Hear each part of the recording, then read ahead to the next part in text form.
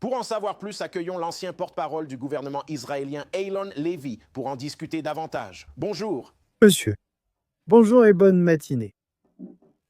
Commençons. Je veux aller droit au but. À quel point êtes-vous optimiste quant à un cessez-le-feu durable, voire une paix entre Israël et le Hamas? Eh bien, vous savez, la paix dépendra du fait que le Hamas soit poussé à faire ce qu'il ne veut pas faire, c'est-à-dire abandonner ses armes et se démilitariser.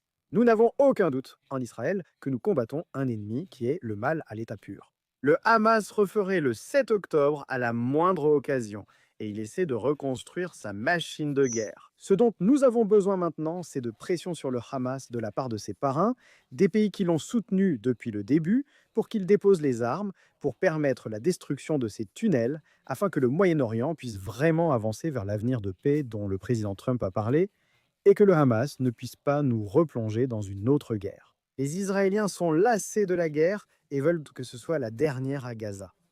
Nous n'en voulons plus. Donc, pour répondre à votre remarque sur le dépôt des armes, je ne pense pas qu'une personne raisonnable croit que le Hamas soit prêt à le faire. Et puis, il y a la guerre idéologique qui va probablement prendre des générations à se terminer. On ne règle pas cela simplement par un accord. Le Hamas refuse de déposer les armes, mais voulait aussi libérer les otages. Mais grâce à un leadership américain exceptionnel, nous avons vu l'ovation debout. Vraiment l'accueil de héros que le président Trump a reçu au Mexique, au Parlement israélien hier. Grâce à ce leadership américain, le Hamas a été contraint de libérer les otages.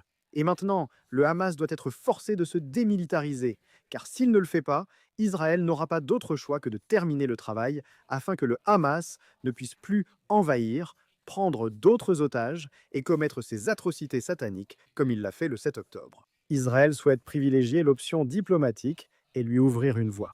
Grâce au leadership du président Trump, un plan existe et doit être appliqué entièrement. 20 secondes.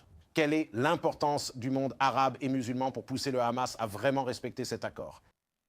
Le monde arabe est crucial.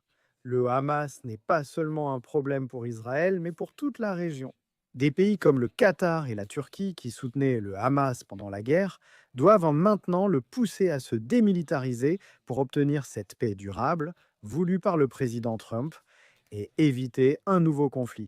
Eylon Levy, nous devons arrêter ici. Merci de votre participation et de votre point de vue.